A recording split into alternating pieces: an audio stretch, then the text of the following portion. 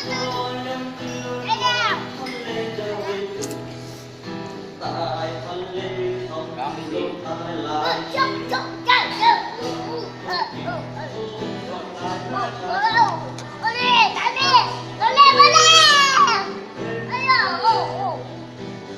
องเพลงทะเลดิ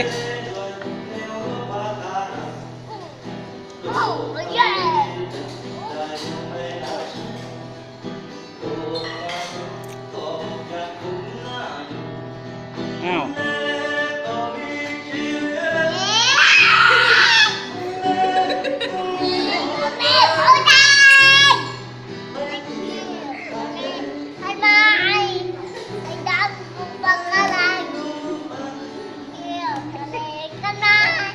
ร้องดีๆร้องเบาๆเสียงดนตรีมั้งสิ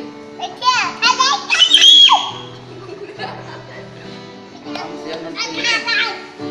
ร้องดีๆเลย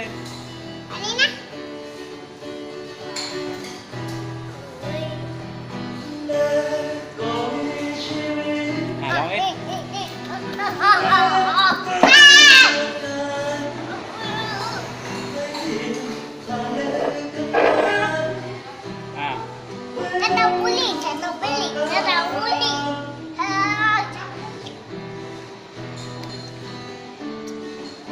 ทะเลก็มีชีวิต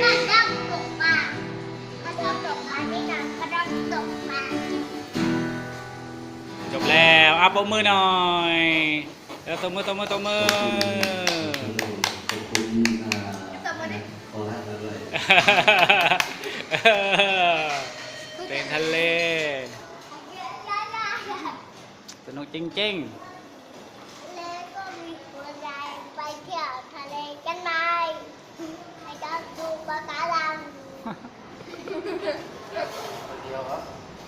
ไปด้วย ไป เนาะ ดูปะการังเป็นคนเดียว